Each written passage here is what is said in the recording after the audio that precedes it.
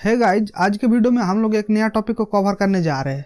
वो है coin burn. Coin burn क्या है, कौन कौन से ऐसा रीजन है जिसके लिए क्रिप्टो प्रोजेक्ट्स अपना कॉइन या फिर टोकन को बर्न करती है, इससे आप यानी कि क्रिप्टो इन्वेस्टर और ट्रेडर को क्या फायदा हो सकता है, इन सारे विषय के ऊपर आज की इस वीडियो में हम लोग चर्चा करेंगे। हेलो गाइज, स्वागत है आपका हमारे इस कॉइन समाता चैनल पर।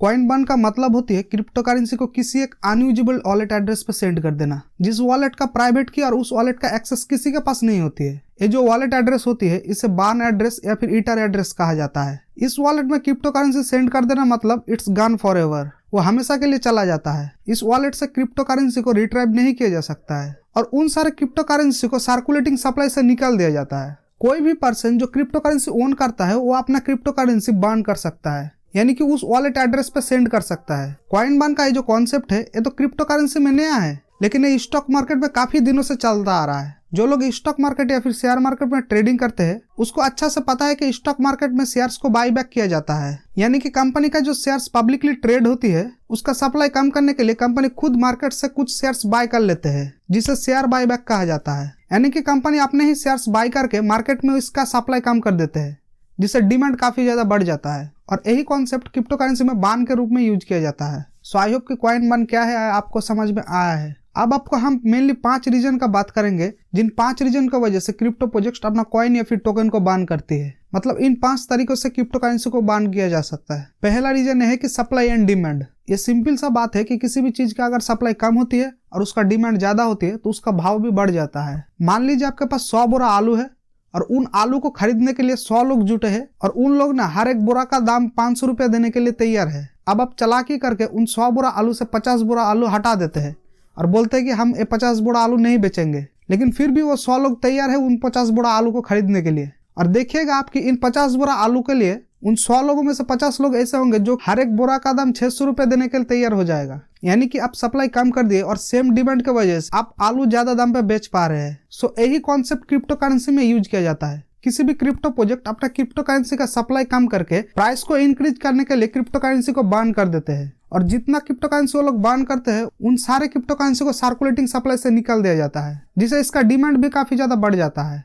दूसरा रीजन है कि प्रूफ ऑफ बर्न। जैसे कि आप जानते हैं कॉन्सेंसस मैकेनिज्म का 2 पॉपुलर मॉडल है, प्रूफ ऑफ वर्क मॉडल और प्रूफ ऑफ स्टेक मॉडल। इन दोनों मॉडल से ब्लॉकचेन में क्रिप्टो करेंसी का ट्रांजैक्शंस को वेरीफाई किया जाता है। प्रूफ ऑफ वर्क मॉडल में माइनर्स अपना कंप्यूटेशनल पावर यूज करती है और प्रूफ ऑफ स्टेक मॉडल में वैलिडेटर्स अपना क्रिप्टो करेंसी को स्टेक करते हैं और ट्रांजैक्शंस को वेरीफाई करती है। वही प्रूफ ऑफ बर्न मॉडल भी कॉन्सेंसस मैकेनिज्म का एक टाइप होती है, जहां पे क्रिप्टो करेंसी को बर्न करके ब्लॉकचेन में ट्रांजैक्शंस को वेरीफाई और वैलिडेट किया जाता है। प्रूफ ऑफ बर्न मॉडल को यहाँ पे हम लोग डिटेल्स में नहीं समझेंगे क्योंकि इसके लिए वीडियो फिर लंबा हो जाएगा। तीसरा रीजन है कि स्पैम प्रोटेक्शन। कुछ क्रिप्टो प्रोजेक्ट्स जैसे कि रिपल में हर एक ट्रांजैक्शंस के लिए सेंडर को एक स्मॉल अमाउंट ट्रांजैक्शंस फी पे करना होती है, जिसे DDoS अटैक यानी कि distributed Daniel services of attack और स्पैम ट्रांजैक्शंस को प्रिवेंट किया जाता है, और इसके लिए वो जो ट्रांजैक्शंस फी यूज होती है उसे बर्न कर दिया जाता है। चौथा रीजन है कि डिस्ट्रक्शन ऑफ अनसोल्ड टोकन। कोई भी क्रिप्टो प्रोजेक्ट जब इनिशियली लॉन्च होती है, मतलब जब उस प्रोजेक्ट का ICO आता है, तब कुछ क्रिप्टो प्रोजेक्ट ऐसा होते हैं जिसका सारे टोकन सोल्ड नहीं होते हैं। तब प्रोजेक्ट डेवलपर ने उन अनसोल्ड टोकन को बर्न कर देते हैं। इससे क्या होता है कि नंबर ऑफ टोकन कम हो जाता है और टोकन प्राइस में इंक्रीज देखने को मिलता है। लास्ट रीजन है कि डिविडेंड्स।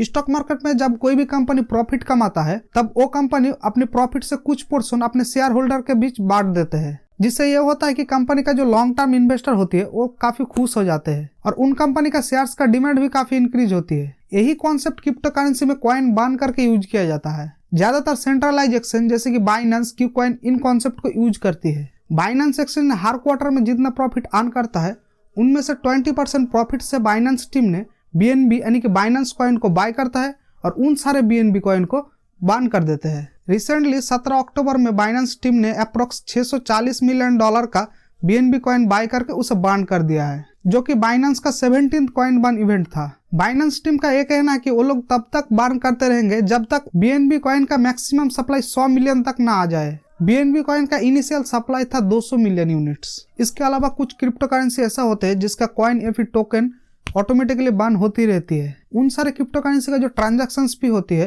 वो ट्रांजैक्शंस फी से कुछ पोर्शन ऑटोमेटिकली बर्न होती रहती है। जैसे कि अथेरियम, पॉलीजोन, रिपल, इन सारे क्रिप्टो करेंसी का ट्रांजैक्शन फी से कुछ पोर्शन फी ऑटोमेटिकली बान होती रहती है। कॉइन बान का एक नेगेटिव पॉइंट भी है जिससे जानना आपके लिए बहुत इंपॉर्टेंट है। कुछ क्रिप्टो प्रोजेक्ट डेवलपर्स ऐसा होते हैं जो अपने लार्ज पोर्शन होल्ड को हाइड करने के लिए क्रिप्टो करेंसी को बान करते हैं। इसे आपको हम एक एग्जांपल से समझाते हैं। सपोज कोई भी एक क्रिप्टो प्रोजेक्ट अपना 1 बिलियन टोकन लॉन्च करती है और उनमें से अपने पास 100 मिलियन टोकन को होल्ड करती है, मतलब उस वॉलेट ने टोटल सप्लाई का 10% होल्ड कर रही होती है। अब प्रोजेक्ट डेवलपर्स ने तुरंत उन 1 बिलियन सप्लाई से 600 मिलियन टोकन को बान कर देते हैं, तो कितना बचा रहता है? 400 मिलियन टोकन। लेकिन आपको ब्लॉकचेन में दिखेगा जो वॉलेट 100 मिलियन टोकन होल्ड कर रहे हैं वो टोटल सप्लाई का 10% होल्ड कर रही है। लेकिन बान होने के बाद एक्चुअल में वो 10% नहीं होल्ड कर रही है, वो एक्चुअल में 25% होल्ड कर रही है। क्योंकि देखिए 400 मिलियन से 100 मिलियन 25% हो जाता है और इस ट्रिक को यूज करके डेवलपर्स ने अपने होल्ड को हाइड करते हैं। इसे आपको और आसानी से समझाने के लिए चलिए आपको कंप्यूटर स्क्रीन पे लेके चलते हैं। देखिए ये है शिबा इनू का टॉप वॉलेट एड्रेस, जो कि पहला नंबर पे है डेड वॉलेट, मतलब ये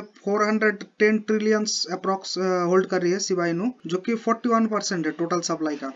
ठीक है, ये एक्चुअल विटालिक बुटेरिन ने जो बान किया था वो वाला अमाउंट है। लेकिन सेकंड में जो है वो है 43 ट्रिलियन यूनिट्स। सेकंड वाला वॉलेट जो होल्ड कर रही है वो है 4.33%, टोटल सप्लाई का 4.33% वो होल्ड कर रही है। ठीक है, यही टॉप वॉलेट का पहला एक्टिव अकाउंट है। सो आप जब देख रहे हैं तो ये एक्चुअल में दिखा रहा है कि 4.33% टोटल सप्लाई का होल्ड कर रही है। लेकिन अब देखिए कि यहाँ पे इसका मैक्सिमम सप्लाई है, maximum supply 589 trillion units, approx 589 trillion units hold कर रही है, मैक्सिमम सप्लाई है। तो अगर इसके हिसाब से अगर परसेंटेज आप कैलकुलेशन करिएगा तो ये वाला जो वॉलेट है, सेकेंड वाला जो वॉलेट है, ये 4.33% नहीं बल्कि 7.33% हो जाएगा। सो ये आपको ध्यान में रखना है जब भी आप कोई भी टोकन का एनालिसिस करें या फिर कॉइन का एनालिसिस करें तो इसको ध्यान पे रखिएगा। क्योंकि कुछ प्रोजेक्ट में ऐसा होता है कि जो टॉप वॉलेट है वो 50% होल्ड कर रही होती है, लेकिन वो 50% नहीं, अगर आप मैक्सिमम सप्लाई से देखिएगा तो वो 75 या फिर 80% तक होल्ड कर रही होगी। तो इसीलिए आप जब भी एनालिसिस करिएगा उसको ध्यान में रखिएगा। लास्ट में कंक्लूजन में आपको हम यही बताएंगे कि कॉइन बान प्रोसेस एक अच्छा प्रोसेस है, लेकिन आपको ये भी ध्यान रखना है कि कोई भी क्रिप्टो प्रोजेक्ट हो जिसका डिमांड नहीं होगा उसका प्राइस इंक्रीज भी नहीं होगा। यानी कि उस क्रिप्टो प्रोजेक्ट ने कितना भी टोकन बान क्यों ना कर दे, उसका अगर डिमांड नहीं होगा तो उस प्रोजेक्ट में इन्वेस्टमेंट भी नहीं होगा, और अगर इन्वेस्टमेंट नहीं होगा तो उसका प्राइस में इंक्रीज भी देखने को नहीं मिलेगा।